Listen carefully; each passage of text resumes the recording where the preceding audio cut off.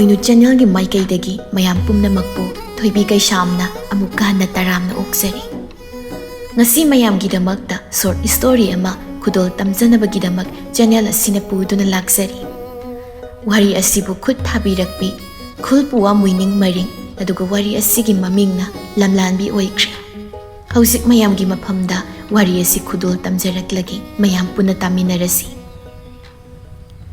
ꯖꯅꯋꯥꯔꯤ 10, 2021 ꯅꯨꯃꯤꯠꯇꯨ ꯑꯩꯒꯤ ꯃꯔꯨꯞ ꯑꯃꯒ ꯏꯝꯐꯥꯜꯗ ꯂꯥꯛꯏ꯫ ꯇꯣꯏꯅꯁꯨ ꯏꯝꯐꯥꯜ ꯆꯠꯇꯕꯒꯤ ꯀꯌꯥꯁꯨ ꯈꯪꯕ ꯍꯩꯕ ꯑꯣꯏꯗꯦ꯫ ꯔꯦꯟ ꯌꯦꯡꯕ ꯆꯠꯄꯅꯤ꯫ ꯏꯅꯥꯎꯅꯨꯄꯥ ꯑꯃ ꯏꯝꯐꯥꯜꯗ ꯅꯤꯠ ꯀꯣꯆꯤꯡ ꯇꯧꯔꯒ ꯂꯩꯔꯝꯃꯤ꯫ ꯃꯉꯣꯟꯗ ꯐꯣꯟ ꯇꯧꯔꯒ ꯑꯩꯈꯣꯏꯕꯨ ꯂꯝꯕꯤ ꯂꯣꯀꯦꯁꯟ ꯊꯥꯗꯨꯅ ꯎꯅꯈꯤ꯫ ꯔꯦꯟꯒꯤ ꯃꯄꯨ ꯀꯧꯊꯣꯛꯄꯗ ꯍꯨꯏꯅ ꯀꯟꯅ ꯀꯟꯅ ꯈꯣꯡꯂꯛꯄꯗꯣ ꯀꯤꯕꯅ ꯀꯩꯅꯣꯝ ꯇꯧꯏ꯫ ꯌꯨꯝꯕꯨ ꯊꯣꯛꯂꯛꯏ꯫ ꯏꯅꯥꯎꯅꯨꯄꯥ ꯃꯣꯐꯨꯟꯗ ꯌꯨꯝꯕꯨꯅ ꯍꯪꯉꯤ, "ꯃꯣꯐꯨꯟ, ꯃꯣꯏꯔ ꯉꯁꯤ ꯑꯩꯈꯣꯏ ꯍꯥꯏꯗꯣ?"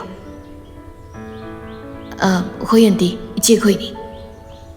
ꯎꯅꯔꯒ ꯔꯨꯝ ꯌꯦꯡꯈꯤ꯫ ꯅꯣꯡꯃ ꯏꯃꯥꯒ ꯏꯔꯨꯞ ꯅꯨꯄꯤ ꯗꯔꯁꯤꯝꯒ ꯕꯁꯇ ꯄꯣꯠꯆꯩ ꯀꯌꯥ ꯄꯨꯗꯨꯅ ꯂꯥꯛꯏ꯫ ꯏꯝꯐꯥꯜ ꯍꯦꯛ ꯌꯧꯕꯒ ꯑꯣꯇꯣ ꯑꯃ ꯋꯥꯏꯔꯒ ꯔꯦꯟꯇ ꯂꯥꯛꯏ꯫ ꯏꯃꯥꯒ ꯌꯨꯝꯕꯨꯒ ꯎꯅꯔꯒ ꯍꯥꯏꯅꯔꯦ꯫ ꯏꯃꯥꯅ ꯌꯨꯝꯕꯨꯗ ꯍꯥꯏ, "ꯅꯆꯥꯗꯧꯅ ꯂꯨꯅ ꯇꯧꯕꯤꯌꯨꯀꯣ ꯏꯇꯥ, ꯏꯆꯥꯁꯦ ꯌꯥꯝ ꯄꯪꯕꯅꯤ, ꯈꯔ ꯌꯦꯡꯁꯤꯟꯕꯤꯌꯨꯀꯣ."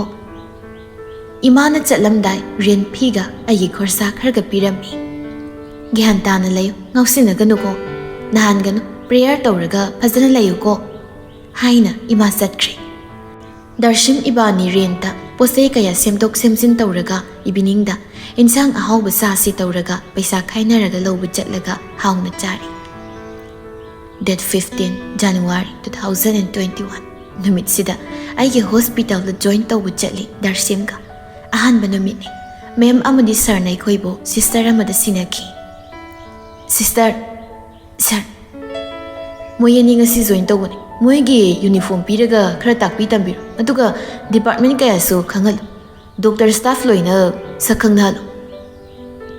ꯌꯨꯅꯤꯐꯣꯔꯝ ꯍꯦꯛ ꯍꯥꯞꯄꯒ ꯁꯦꯜꯐꯤ ꯌꯥꯝ ꯀꯥꯞꯈꯤ꯫ ꯏꯔꯨꯞ ꯅꯨꯄꯤ ꯏꯕꯥꯅꯤ ꯌꯥꯝ ꯍꯔꯥꯎꯈꯤ ꯄꯥꯝꯖꯕ ꯅꯔꯁꯀꯤ ꯗ꯭ꯔꯦꯁ ꯍꯥꯞꯄ ꯐꯪꯕꯒꯤ꯫ ꯔꯦꯟꯇ ꯍꯜꯂꯦ ꯏꯕꯥꯅꯤ꯫ ꯋꯥꯔꯤꯁꯨ ꯌꯥꯝ ꯅꯨꯡꯉꯥꯏꯈꯤ꯫ ꯇꯥꯟꯖꯥꯗꯨꯗ ꯗꯔꯁꯤꯝꯒꯤ ꯚꯦꯞ ꯀꯣꯜ ꯂꯥꯛꯏ꯫ ꯃꯥꯒꯤ ꯚꯦꯞꯅ, "ꯁꯦꯂꯔꯤ ꯀꯌꯥꯅꯣ?" "ꯑꯩꯈꯣꯏ ꯈꯪꯗ꯭ꯔꯤꯌꯦ, ꯃꯣꯏꯅ ꯆꯦ ꯑꯃ ꯄꯤꯔꯛꯀꯅꯤ, ꯑꯗꯨꯒ ꯈꯪꯒꯅꯤ" ꯍꯥꯏꯅ ꯈꯨꯝꯃꯤ꯫ "ꯏꯁ, ꯁꯦꯂꯔꯤ ꯐꯥꯎ ꯈꯪꯗꯕꯤꯗ ꯖꯣꯏꯟ ꯇꯧꯕ?"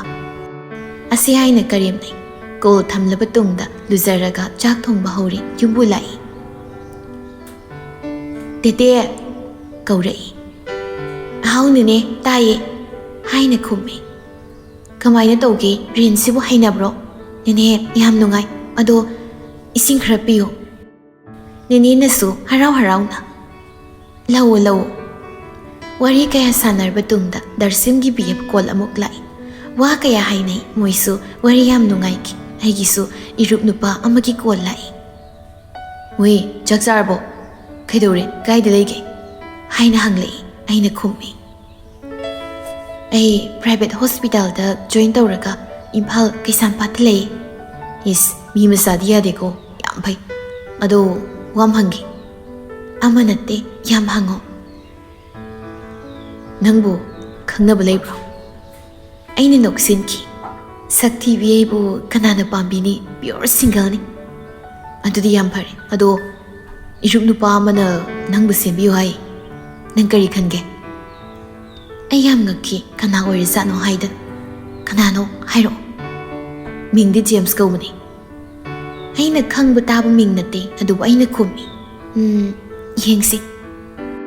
"ꯏꯔꯨꯞ ꯅꯨꯄꯥꯗꯨꯗ ꯅꯪꯒꯤ ꯅꯝꯕꯔꯗꯣ ꯃꯉꯣꯟꯗ ꯄꯤꯔꯒꯦ. ꯅꯣꯏ ꯐꯥꯎꯅꯔꯣꯀꯣ. Good night." ꯀꯣꯜ ꯊꯝꯈꯤ꯫ ꯑꯟꯅꯣꯟ ꯅꯝꯕꯔ ꯑꯃ ꯀꯣꯜ ꯂꯥꯛꯏ꯫ ꯃꯥ ꯁꯣꯏꯗꯅ ꯑꯣꯏꯔꯝꯒꯅꯤ ꯍꯥꯏꯅ ꯌꯥꯝ ꯅꯔꯚꯁ ꯆꯠꯈꯤ꯫ "ꯍꯜꯂꯣ, ꯀꯅꯥꯔꯥ?" "ꯑꯩꯅꯤ, ꯖꯦꯝꯁꯅꯤ." "ꯑꯣ." ꯑꯩ ꯇꯨꯃꯤꯟꯅ ꯂꯩꯈꯤ꯫ ꯑꯩꯁꯨ ꯃꯥꯁꯨ꯫ ꯑꯗꯨꯒ ꯇꯥꯏꯃꯤꯡ ꯆꯥꯅꯅ, "ꯆꯥꯛ ꯆꯥꯔꯕ꯭ꯔꯣ?" ꯄꯨꯟꯅ ꯍꯪꯅꯈꯤ, ꯑꯗꯨꯒ ꯄꯨꯟꯅ ꯅꯣꯛꯈꯤ꯫ ꯑꯗꯨꯒ ꯃꯥꯅ ꯍꯥꯏ, "ꯀꯥꯏꯗ ꯂꯩꯒꯦ? ꯅꯪꯗꯤ ꯀꯔꯤ ꯀꯔꯤ ꯇꯧꯔꯤ?" ꯑꯩꯅ ꯈꯨꯝꯃꯤ, "ꯂꯥꯏꯔꯕꯤ ꯃꯄꯣꯛꯅꯤ, ꯄ꯭ꯔꯥꯏꯚꯦꯠ ꯍꯣꯁꯄꯤꯇꯥꯜꯗ ꯌꯥꯎꯏ, ꯀꯨꯏꯗ꯭ꯔꯤ." "ꯑꯣ, ꯐꯩ, ꯃꯔꯝ ꯑꯣꯏꯀꯣ." "ꯅꯪꯗꯤ?"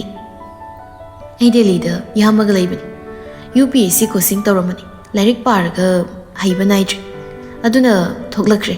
ꯃꯅꯤꯄꯨꯔꯗ ꯊꯕꯛ ꯇꯧꯐꯝ ꯈꯪꯗꯕꯒꯤ ꯏꯔꯨꯞ ꯅꯨꯄꯥꯗ ꯅꯨꯄꯤ ꯁꯦꯝꯕꯤꯌꯨ ꯍꯥꯏꯗꯨꯅ ꯒꯤꯔꯤ ꯒꯤꯔꯤ ꯇꯛꯄꯁꯤꯅꯤ."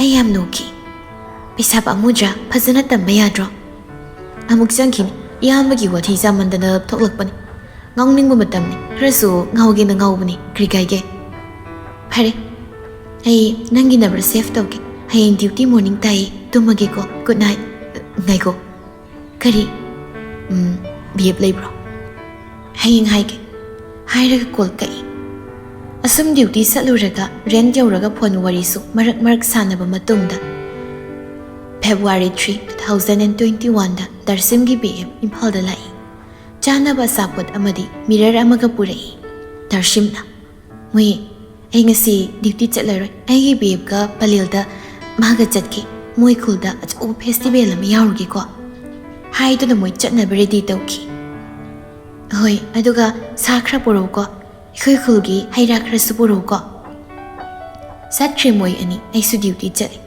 duty loiraga halaklaga evening sak thongna James ki ko lai sak sana wari sanai unasi sakhang nasi haina haire aina lakli ba Sunday si aigi off lai aduga thingna si haina re February 4 2021 da imana phone tawrei narup nupi da insang khraga oksaga hai khraga pirambani haina ayam harauki duty halaklaba tungda gate da mi lakpa makhol tarei aina khali darsi moirongani haina chenthoki oiramde hui oirami amuksu get hangba khonjel taki amuk chenthok tuna yengi renda leiba leisabi tuisan halakba khoi oirami pungsu thenglakle darsim jakti thongatle hinjangdi sapurakani khanna thongte ngaiba yaba ngairi laktre tumthokre iso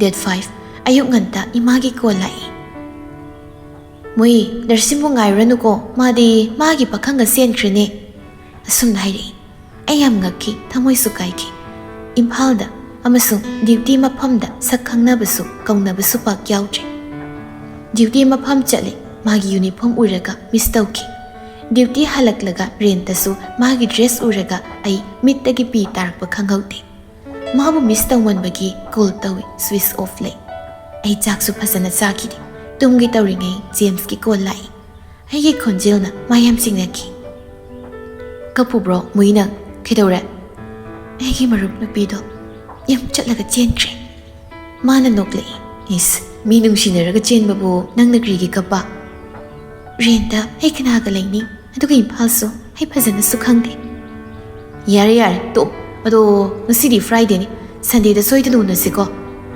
hairaga call pairaga tumkre Saturday night da ai dress khandoi kari set sigi phajaba dress su pak leite fashion su kaya haite dress khalingai amuk sumagi ko lai Kaidorige dress kari hapsige khali as yam kiganu nupidi simple oibana nushibni Date 7 Sunday ayuk to bus da tongi yarfis haplaga isai mata duna laki angauba laisilna tawba isai aina yam pamna tazaki palel yori nungsiraba palel ki yumsu yori pakhang unagani khanna yam pakhatki imana sak sar silau kawrei sak su phajana saningde pakhatpagi imana Krisa kusano yam chao ima bas tong da kok ngawi chaningde horen inama koiga singju tawraga chagi haina khumi luzari dress simple oina happy James ki ko lai ai mol rota lai ko noi thong du da ngairamge aida ima irup khoi da khoiruge makale kaida haiduna senthokre bullet ama lapna urei mi wang chawi magi figure u bahuri egi mihu tuk tuk yaiki Bullet da chapot mayam musyawi oh ma soitana oiramani haina khangi manakta yaurakle mabu uraga ai hena nervous satkre maramdi ai gi crush oirami James corona matamnina ai so face mask ama uppi James na mask tu dilau thodana ai na tapna lautoi James na ai bu yenglaga kanna noi ai na khalli ai hi success soidana joker malamani ai halage Asi khalli aduga hangi kriki nokbra lipstick tu sairi ai su phone da yenglaga taithoi mana ngon da yengi haiba khangi aini ikai man bagi mai se mangon da onthok pu ikai bagi koi lei dun lei mana hai hai tiger natte kigano kibudi kidi ikai rab yarse kai da korusi ke khangdi lamna di chatloisi lambi da dum chase thong yenglusi leisa pakhang picnic yam chatpani mafam tho hairaga chatnaba tawri ai gari si tongba haite height su nembagi gari da kakhatpa ngamdre mana gari si nemhallaga tonghalle chatle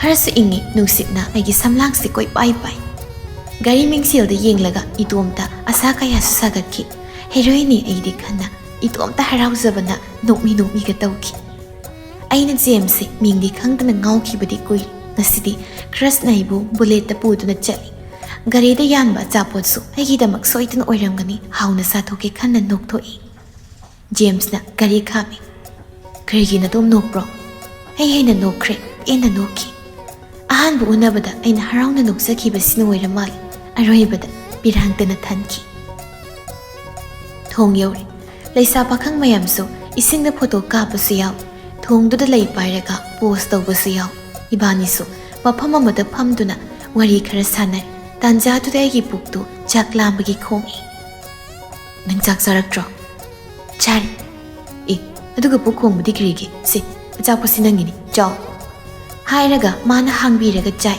ikai manbigi chapam khangde migi photo kapa yengduna ibani su achapot chana sana aini isai amuk thai angauba leichilna tawba isai to ngihak phamlaga aina chatlasi imana ibu thiramani haidana amuksu yum hankre aigi leikai urakle mana chen khachira yar khairan haina khummaga ai lehauri mana achapot aremba sipuru yumda saw haina pirami aisu laure mana satkiba yenghauduna aisu sor sang hondoki achapot to khutta paiduna harauna isu yumda hanki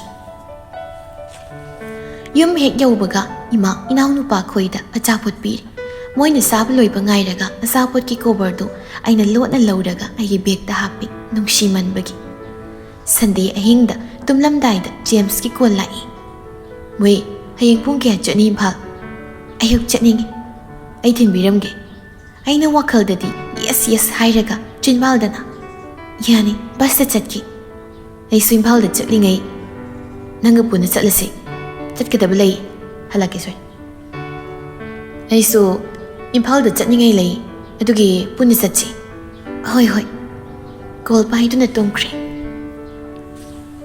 date at Monday ge ayukta nganta hogatuna chatnaba sem saduna leiri imana hangi kri kaubra fasana munna yengo kaudre haiduna ai yumda ki thoklei lambi da car white color ama khamduna leirami ainadi bullet oiramni khanna lambi da dom ngairi James na gari horn khongi ai khangdi mani haiba ma gari de kumlaklaga aini haina kaurei aina khumi nang nattabra khalure gari gi maning da tongi tawraga kakhat ki tawi mana krino mang da tongo ai se tumin kakhat khre wakhal dadi nungshi bana thalle chana lambi da yenglu kuding pangnung da nungsiri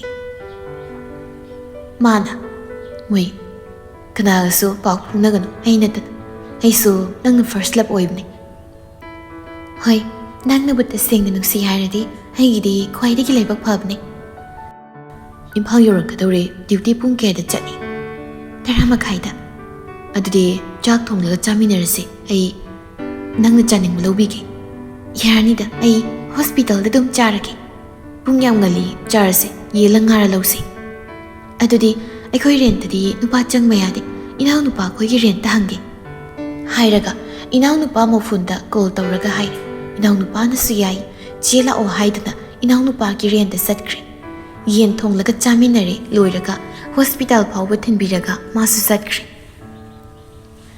asum namit khudingi wari kaya su sanare nungsiba su nongmagi hengal khangaude Mars tha yorakle palilgi ibung amagi luhongba namit aisu lai James na call tawraktuna aikhoi leikaida bullet thogduna lai aisu makeup tawraga leiram evening dan leikai gi leisa pakhang kaya su ahal angang loina mau anobi lakpagi harau jagoi kaya su saba tanjaduda James na ibung apal da thoklo hairaga call tawrai fazana tade call kaktun text thare thoklo noi leikai gi turen manaki thongda lei aisu nungsinaba kaubonina uningbagi aisu irup nupiga thoklai bazar chaluse nangi saningba saput leibiki irup nupi tuna hai noi chaluro ai jogoi saningi leiramage hairaga sankre chatle bazar gari tongna James na hairi ꯅꯪꯁꯦ ꯌꯥꯝ ꯆꯝ ꯑꯩ ꯅꯪꯕꯨ ꯅꯨꯡꯁꯤꯔꯤꯁꯦ ꯅꯪꯒꯤ ꯆꯝꯕꯗꯨꯗꯅꯤ ꯑꯗꯨꯕꯨ ꯊꯥꯖꯗꯦ ꯅꯪꯗꯤ ꯌꯥꯝ ꯐꯖꯩ ꯑꯋꯥꯠꯄ ꯂꯩꯇꯦ ꯆꯤꯟꯗ ꯍꯥꯏꯖꯤꯟꯕ ꯃꯥꯜꯂꯦ ꯑꯩꯌꯥ ꯊꯥꯖꯗꯕ꯭ꯔꯥ ꯑꯗꯨꯗꯤ ꯍꯧꯖꯤꯛ ꯑꯩꯈꯣꯏꯗ ꯄꯨꯔꯒ ꯅꯪꯕꯨ ꯉꯁꯤ ꯆꯦꯜꯂꯒꯦ ꯅꯪꯒꯤ ꯀꯗꯔꯅ ꯑꯩ ꯀꯤꯗꯧ ꯅꯠꯇꯦ ꯈꯥꯝ ꯁꯤꯒꯤ ꯗꯨꯀꯥꯟꯁꯤꯒꯤ ꯂꯧꯔꯁꯤ ꯂꯥꯞꯅ ꯆꯠꯂꯒꯨꯝꯁꯦ ꯏꯃꯥꯅ ꯑꯩ ꯎꯗ꯭ꯔꯗꯤ ꯀꯣꯏꯊꯤ ꯊꯤꯒꯅꯤ ꯂꯧꯔꯦ ꯆꯤꯞꯁ ꯈꯔ ꯑꯗꯨꯒ ꯍꯜꯂꯦ ꯊꯣꯡꯗꯨꯗ ꯒꯥꯔꯤ ꯈꯥꯝꯗꯨꯅ ꯑꯩꯅ ꯆꯠꯂꯝꯗꯥꯏꯗ ꯈꯨꯠꯇ ꯄꯥꯏꯗꯨꯅ ꯍꯥꯏꯔꯝꯃꯤ ꯅꯨꯃꯤꯠ ꯌꯥꯝꯒꯅꯨꯀꯣ ꯑꯩꯅ ꯍꯥꯏꯕꯏꯜꯂꯨ ꯑꯗꯨꯒ ꯐꯪꯁꯟꯗꯨꯗ ꯀꯨꯏꯅ ꯊꯦꯡꯅ ꯂꯩꯔꯅꯨꯀꯣ ꯍꯣꯏꯕ ꯑꯩꯁꯦ ꯒ꯭ꯌꯥꯟ ꯌꯥꯝ ꯇꯥꯕ ꯅꯨꯄꯤꯅꯤ ꯍꯥꯏꯔꯒ ꯑꯩ ꯆꯠꯂꯦ ꯃꯥꯒꯤ ꯒꯥꯔꯤ ꯂꯥꯏꯠꯅ ꯑꯩꯅ ꯆꯠꯄ ꯂꯝꯕꯤꯗ ꯀꯥꯞꯂꯛꯏ ꯇꯟꯖꯥꯗꯨꯗ ꯌꯨ ꯉꯥꯎꯕ ꯒ꯭ꯔꯨꯞ ꯈꯔ ꯂꯥꯛꯏ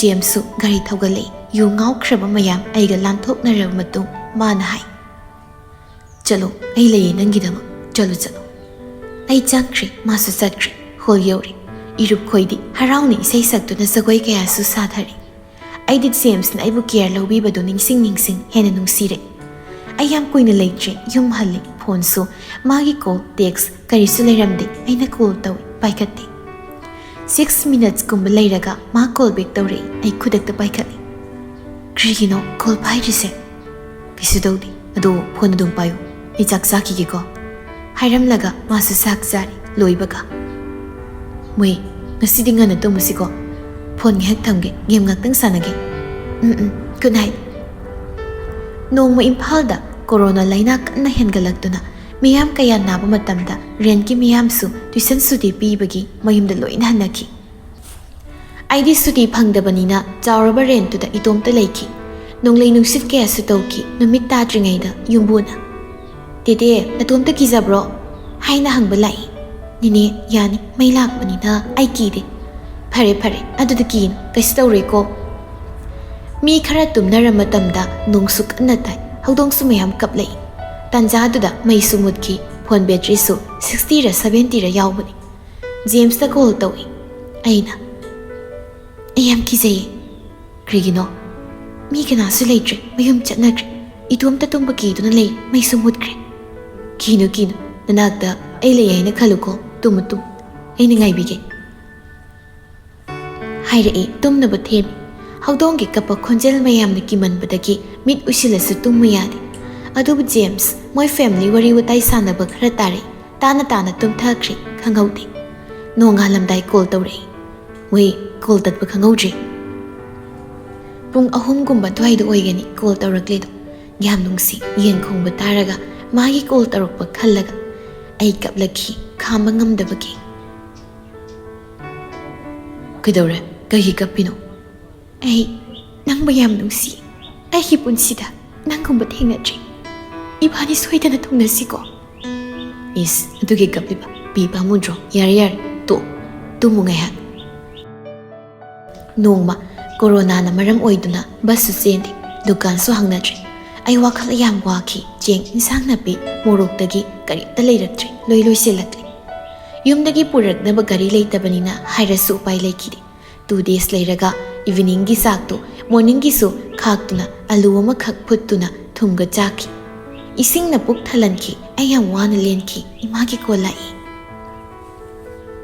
tete gari su sendi dukan su loina lonkri nangdi kramna tawe chanangai leitrabra ngasi mangda nang yap nungai tana urami ima aigi krisu khanu ai krisu hate fare renta mi taisu leiba natro aina leitrasu ima pakhatanaba oidaba kaya ngangki ima mi yam lei krisu khanu yare numit kharagi tungda James na aigidamak magi bullet laktuna sansa puraktun lai ayu nganta call tawrei mui thoklo ilai ai phamungdagi songthagi harau mandana aduga kaisampa ki main road ta thoklaktuna thengnari si sansani haung thonglaga chawko aini kai mangonda mit ani kuptana yengki nang aigidamak ayuksida wana laiko ai punsiki kawba ngamlaru thank you yare ai bu midop tongna chang ai so halagi aina kanada su khangandabani aina thoklakpada chalo ko nangana chalo hoi chale ko bye magi bullet ki khonjel magi figure magi haircut tungda yenghawduna ai tumni leptuna yengki maki saktam hek udraba tungda ai sunok mi renta amuk hanki nongma cheng leitabagi imagi manaw nupi Imphal manaki waithau khunalda yum panbani aina call tawki idomja ai cheng insang khris leitre noigi kholda haurabadi khra pibiyo hoi nangi kaka dane nangbu lobula khangi haiduna ai chatnaba sem saki hayengdi Sunday ni duty so off nina chatke haidan ready de leire James ta call tawi ring chatte network problem lei ai kaka ga sale suti su leibanina Sunday da irup nupi khoi ga koiruri moi khunda photo kap laga status thamki Sunday numit evening da Imphal amuk hanab tawringai magi call lai ai text u hoktre ai gi status na mongonda yam tension oiramki Imphal he yobaga kaka hankhre insang seng khara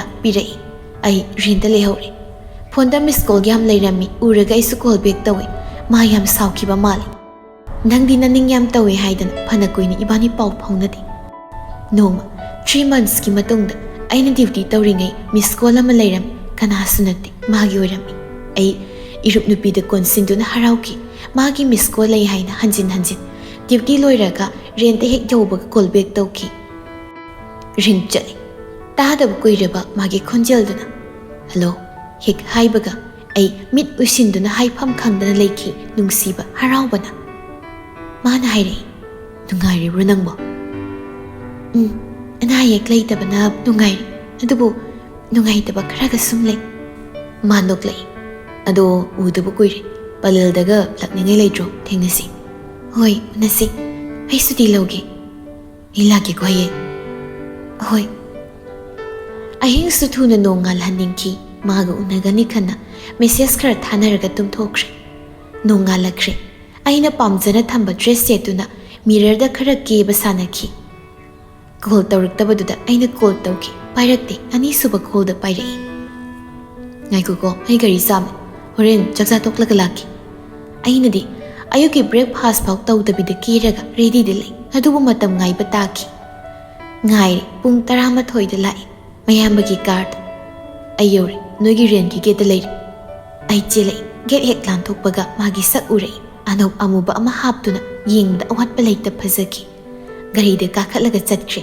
asabot kaya leibi ai sak sadabagi asumna amuk ibani nungsinare matam kharagi tungda amuksu aingonda haire nangse ngonda samina misigagi ai khiri dawragi nangonda nangse nupa hamaga chilami haine haina noki ai bu chilamba Madung ngasidi hanagi iman manadana inang muyam tukajay James nang sawono ai ka kaina ningmagi migi way dabu wat hajaraga ingonda tina haibagi mahut nang ingonda phaunaraklanu paudo ai karisu hairaroi adubu ai ki khongchatta minamba karisu leitri ai yam kapki ahin kaya adom kapki adubu ma ai ki number block ti tawje marak phaunai ai maga lapthokrage khali adubu magi text uradi hekte nungsiki irup nupi khoina mui to adugi nupa aduna atopu nupi doctor tamba nupi maga phaunai moi family na so pame hainai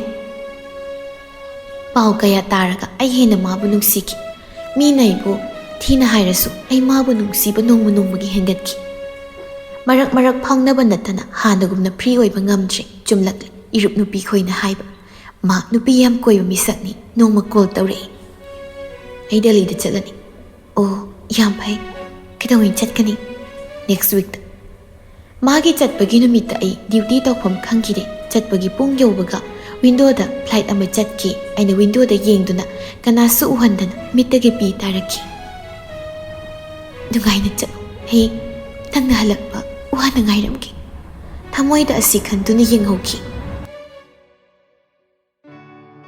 matam kharagi tungda aina text tawki nungai bro Delhi da leiba nungai bra masu reply tawrei hoi nungai da horen call tawrki ai koiba satkige ko ma call tawrei chak charabo chari tum tawrei wari khra sanaba tanjada mana ngai ko kolai haina aibu kuina hold thambi kuiman bagi ai call kakhi aduga tum tungkhre matam kharagi tungda mayam luhong dawrena pau tai adugi ma amuk thoklai Kuiraba tungda mana call tori. Impal da leningai rent yengbiyo. Aiso impal da lerani. Oh, kri tamgi haibra. Lo tamgi tawbani. Rent tiri phangkri leire masa impal da. Mana palel gi yum da satlasu my family na piba sa oiro, haira oiro, insang oiro. Aigi saruk mana lo na khaibi. Ai lauroi tawbani yade hekta magi nampuda mana dum ngamki. Nongma aigi birthday numit da koiba pubi ahun ching garden. Ibani hana dong na free oidri migi nungsinaba wari saba yengduna dum leiki. Tanza da magi phone amada call lai ma paide. Aina nang phone ani paibra. Oi. Call da no PM oidami. Ai leibagi ma call paikhatte call hanjin lai. Call do paibi udana noi saira.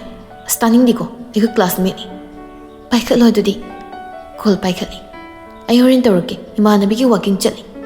Haina khumi ai sounding ba madi ikai bana tawpham khangkide. Noma aina aroiba oina maga unaraga toplagi khanna magi rent ai laki. Saksu punna thongduna chaminaki ai mittagi pi tapna taraki. E kridore nangna kaplidi. Ngasigi sak sina aroiba oibagini. Atugi pukting nungsibani. Masak toki hawatuna mana sauki. Nang sitalid pukchil yampi. Magi phone message laki aina phone do paiki. Text miyam do. Ai pai mana phone mule aina namdana paki ai kapi. Sira nang noibu sinuksi haibdo. Ma boyni inthokduna aige hainingbu wa kaya haiki kapna. Mi bukrege nungsidana nungsi sadana thambra. Sukuiba matam nang noibu midam kiba natra. Puksel lep loidabada kregi mi bu kai hopra. Oikhre haidino khangdre moi. Ima khoina nangbu pamde. Je khoina siyade. Adubu moina yajasu nangi thabakto. Government gi oiradi phab. Ima khoina di nupi wang sauba lairik haiba nupi thiyo hai. Aduga nang naibu thamoi sena nungsibu uraga nangbusu thadokpa ngamde. Aisu idom tawaro nupa thokpa ngamde. Aigi imungda. Masu thamoi kain hairei. James, ai ngasidi nangonda yam ikaiba phawri. Isa lairabi matik chadabine haiba kawrudaga nangbu nungsiruri. Ai chatlagi asidagi nang ai sak khangnadabugumna lainarase. Nangidam impalgi sak phasabi lairik haibi matik chabi mawba lauraga nungai ai pada phalauko. Ai nangbu ngasidagi lamlanbani khallagi. Hairamduna magi maithongda ikuna paiduna ai noktuna genglamduna chatkre. Ma itung inarai call su tawrei ai khudakta delete tawki block su aina piki. 2 days lairaga ai BP low da laiki drip yanduna mabu ningsing numit kaya khangki. Masu impal gi leisabi phasabi maganung sinaraga kari maramgi no khangde samnaki hai. James yu yam thaktuna sakpham su kairaki. Magi matawdo ai yengba ngamde adubu yengdaba tamde. Machet thokna kaikhraba aigi thamoinadi mahabu krisu kaukidabani.